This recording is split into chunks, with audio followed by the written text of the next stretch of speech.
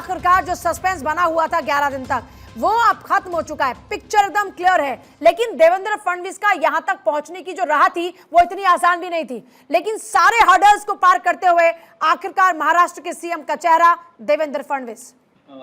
जी, पहली बात तो आपके चैनल के माध्यम से मैं फडणवीस साहब को बधाई देना चाहूँगा। राह थोड़ी कठिन थी, बट आप ये मान के चलिए जैसे पिछली बार भी जो 2 दिन की गवर्नमेंट फडणवीस जी ने बनाई थी अजीत पवार जी के साथ, तो अजीत पवार जी का पूरा समर्थन फडणवीस जी को था। और आप देखेंगे तो महाराष्ट्र में पिछले जो 2.5 साल की गवर्नमेंट थी, उसमें फडणवीस साहब को सबका समर्थन हासिल था। उनसे कोई नेता नाराज़ नहीं था, कैंडिडेट सिलेक्शन उनका था। मैंने तो ग्राउंड पे महाराष्ट्र में देखा कि जैसे कल्याण पश्चिम देखी हुआ करती है, वहाँ से नरेंद्र पवार अपक्ष खड़े इंडिपेंडेंट खड़े हो गए। फडणवीस जी ने उनके घर पर जाके उनको समझाया कि नहीं, ये इलेक्शन बहुत इंपॉर्टेंट है, आपको पार्टी की बात सुननी है, उनको लड़ना पड़ेगा। वहीं मैंने देखा शिवसेना शिंदे गुट के बड़े-बड़े कार्यकर्ता, थाने में कार्यकर्ता हुआ करते हैं आपके विजय देशेकर करके।